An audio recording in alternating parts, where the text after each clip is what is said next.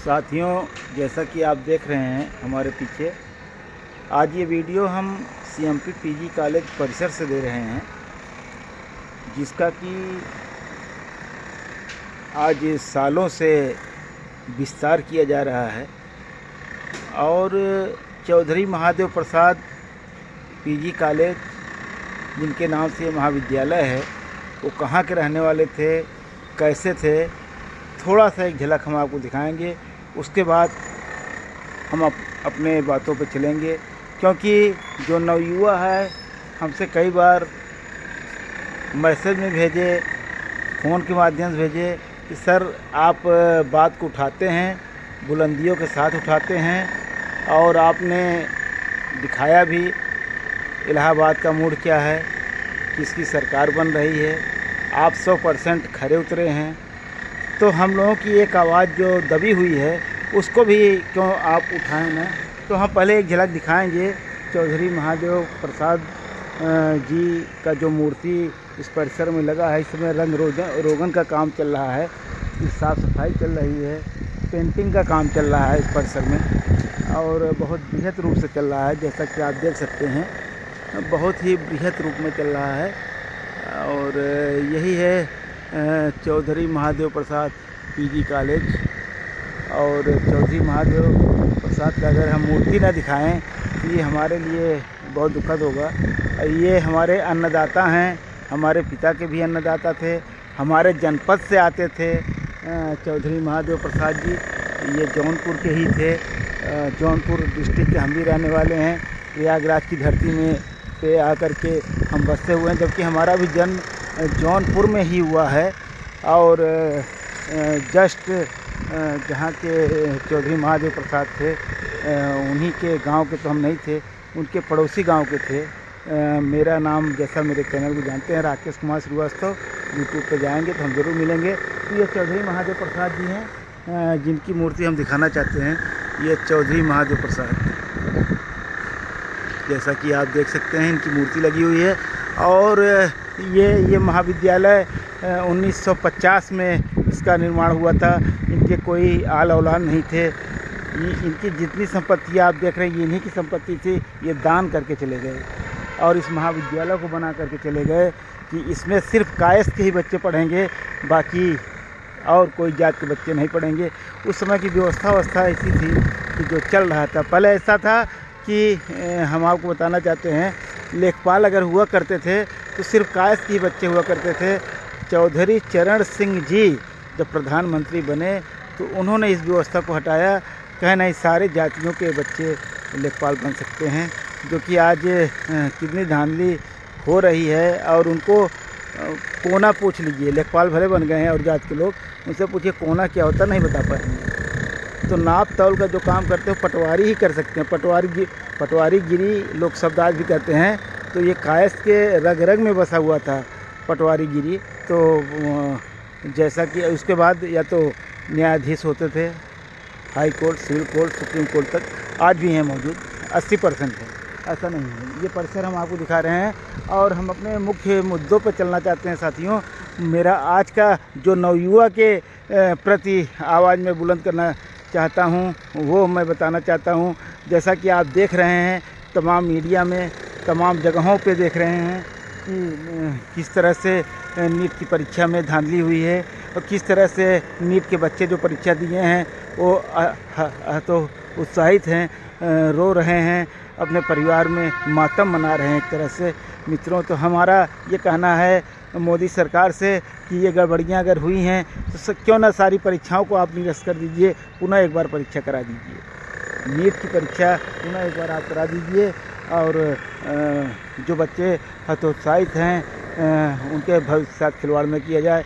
जैसा कि मैं बताया भी था, पहले भी बताया था कि बहुत सी गड़बड़ियाँ होती हैं, सरकार नहीं देख पाती है। उसकी आवाज़ अगर हम आप नहीं उठाएंगे और तो कौन उठाएगा। तो हमारी एक जिम्मेदारी है, क्योंकि युवा, मैंने बताया 75% युवा हमारे यूट्यूब चैनल पर जुड़े हुए हैं, जिनकी उम्र 18 साल से 35 साल हैं। ऐसे युवा मेरे साथ जुड़े हुए हैं, लड़के हों चाहे लड़कियां हों, औरतें हों चाहे बहना हों, सब जुड़ी हुई हैं और सबकी आवाज़ हम उठाना चाहते हैं और उठाते भी रहे हैं।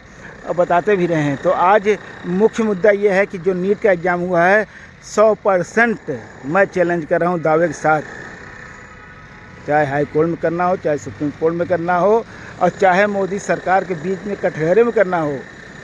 ये मुझे आगाह बच्चों ने बहुत पहले कर दिया कि सर मुझे पेपर कहीं से कोई देने के लिए ऑफ़र कर रहा है, 20 लाख रुपया दीजिए, हम आपको पेपर दे देंगे। एग्ज़ाम के ठीक 2 दिन पहले ऐसी बातें किए। हमने कहना ये सब बेईमानी है, गलत बात है, जो कह रहे हैं वो आपको बेवकूफ़ बना रहे थी। लेकिन बाद में मुझे पता चला कि जहाँ एग्ज़ाम हुए जैसे हुए, बताइए एक सेंटर पे 720 में 720, 718, 717 नंबर अगर लोग पा रहे हैं तो सामूहिक नकल हुआ है, सामूहिक नकल कराया गया है, बच्चों के साथ खिलवाड़ किया गया।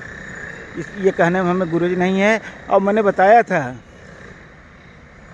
कि नीट की बात हम कर रहे हैं, नीट की परीक्षा की बात कर रहे हैं मित्रों, तो हम उसी पर चल रहे हैं कि नीट की परीक्षा को स्थगित कर दिया जाए और पुनः उसका एग्ज़ाम कराया जाए।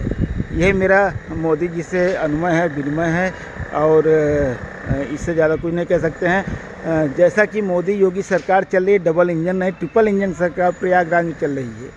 मोदी योगी के साथ साथ यहाँ के जो मेयर हैं वो भी भाजपा के ही हैं, लेकिन अब ये लोग थोड़ा सा असफल हो रहे हैं। केंद्र में परीक्षाएं हो रही, पेपर लीक हो रहा है। यूपी में परीक्षाएं हो रही है, पेपर लीक हो रहा है। Adjusting for matters any of this time, use matter is this time. आप पेपर करवा रहे हो, वांट निकाल रहे हो, पेपर लिख करा दे रहे हो, तो बच्चे कहाँ जाएंगे? 1 साल बाद उसको इंक्वायरी कराएंगे, फिर से आप वैकेंसी निकालेंगे भी तो पता चला बच्चा अगर 34 साल का है, 35 साल का होगा तो पेपर फॉर्म भर ही नहीं सकता है, उसकी तो लाइफ ख़त्म। उसको तो आपने जहर दे दिया, वो बच्चा का डेथ हो गया। 18 साल से 25 साल तक के बच्चे एग्ज़ाम में बैठ सकते हैं, नीट की परीक्षा में बैठ सकते हैं, हर आदमी जानता है।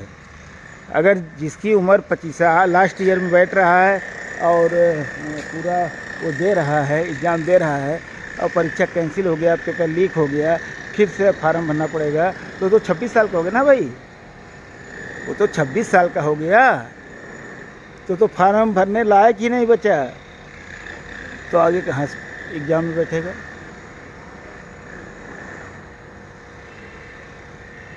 तो ऐसी गड़बड़ियों को सुधारना होगा। बड़े मुश्किल से सरकार बनी है, उसको आपको संभालना होगा, देखना होगा। आप फुल पावर में थे, आपने अच्छा काम किया है, ऐसा भी नहीं कि सब जीरो टैलेंट पे चला गया है। अच्छा काम करते हुए भी पब्लिक ने आपको जीरो टैलेंट पे पहुंचा दिया। अयोध्या में मंदिर बनवाए, लेकिन वहाँ पे सीट आप नहीं जीत पाए। ये कटु सत्य है, ये कटु सत्य है।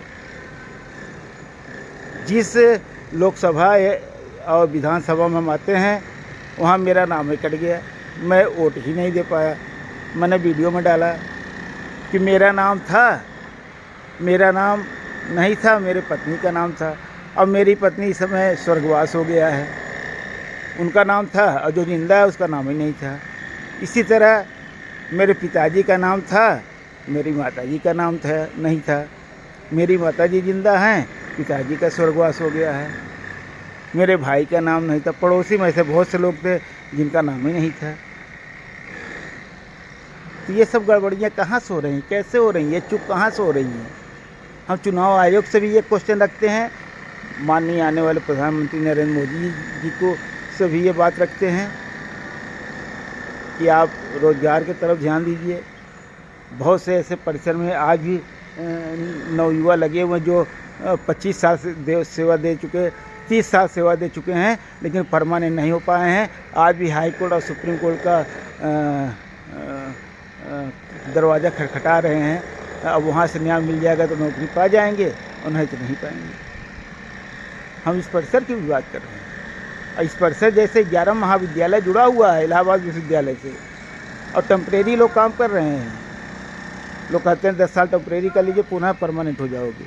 यहाँ तो 20 साल 25 साल लोग कर चुके भाई, और हाई कोर्ट में 10 साल मुकदमा लड़ चुके, 8 साल से सुप्रीम कोर्ट मुकदमा लड़ रहे हैं, लेकिन डिसीजन कहीं नहीं मिल रहा है।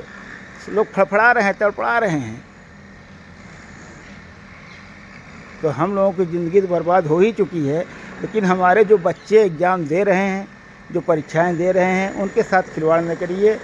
माननीय मंत्री जी और स्वास्थ्य मंत्री जी जो एग्ज़ाम कराते हैं, ज़रा NTA पे भी छापा मरवाइए, NI लगवाइए, कौन पैसा ले रहा है, कैसे पेपर लीक आउट हो रहा है, उनको भी फांसी के सजा दिया जाए, जेल ही न कराया जाए, उनको पकड़ करके और गर्दन मड़ोड़ करके फेंक दिया जाए। ऐसे लोगों को कुर्सी पर रहने की कोई आवश्यकता नहीं है, और ऐसी सरकार ने किया है, इसको भी आपको दिखाना है। कल आप शपथ ग्रहण करने जा रहे हैं माननीय प्रधानमंत्री जी से, अमित शाह जी से और योगी जी से विनम्र निवेदन है कि बच्चों पे आप ध्यान दीजिए, नहीं तो आने वाले समय में एकदम आप, इस बार तो टूट ही गए हैं, अगली बार शायद झंडा लेके खड़ा होने वाला कोई नहीं मिलेगा, आप ऐसे बिलबिला के चले जाएंगे। ये मैं कह रहा हूँ, राकेश कुमार श्रीवास्तव कह रहे हैं। मैं आवाज़ जो दे रहा हूँ, जो बुलंद कर रहा हूँ, इन बच्चों के लिए कर रहा हूँ। नीट की परीक्षाएँ स्थगित कराया जाए, पुनः उसकी परीक्षाएँ कराई जाए। दोस्तों, हमारी वीडियो कैसी लगी? अच्छी लगी तो आप लोग लाइक करिए, सब्सक्राइब करिए, शेयर करिए और हमारे हौसला को आप जारी करिए। मेरे चैनल का नाम है राकेश कुमार श्रीवास्तव, यूट्यूब पे आप जाइए, लोगों में शेयर करिए। हम समय समय पे बच्चों की आवाज़ बुलंद करते रहे हैं और बुलंद करते रहेंगे, इसमें कोई शक की बात नहीं है। हम किसी पार्टी से नहीं हैं, हम किसी के बंधन में नहीं हैं, हम स्वतंत्र भारत के स्वतंत्र नागरिक हैं। इसलिए मैं इस बात को उठा रहा हूँ। मुझे न मोदी बांध सकते, न योगी बांध सकते, न अखिलेश बांध सकते हैं, न राहुल बांध सकती है, न प्रियंका गांधी बांध सकती हैं। हम स्वतंत्र हैं, मैं टैक्स देता हूँ, इनकी बपौती नहीं है। हमारे आपके पैसे से देश चल रहा है। सरकार बनाना बिगाड़ना हमारे आपके हाथ में है, जो बन रही है और बिगड़ रही है। लेकिन बनते हुए सरकार आगे बढ़ना चाहती है। इन